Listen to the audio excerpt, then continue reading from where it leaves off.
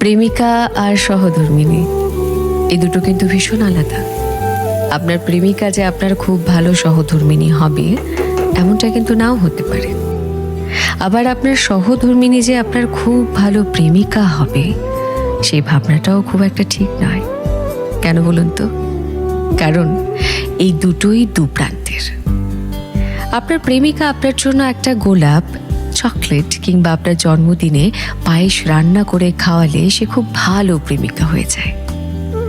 কিন্তু সহধর্মিণী হতে গেলে প্রতিটি লড়াইয়ে কাঁধে কাঁধ মিলিয়ে চলতে হয়। তীব্র জ্বরে মাথায় জলপট্টি দিতে হয়। তার সামনে দুবেলা খাবারের থালাটা পরিপাটি করে সাজিয়ে দিতে হয়। যে কোনো পরিস্থিতিতে তাকে বলতে হয়, চিন্তা কেন করছো, আমি আছি তো। হ্যাঁ, ঠিকই বুঝেছেন। প্রেমিকা আর সহধর্মিণী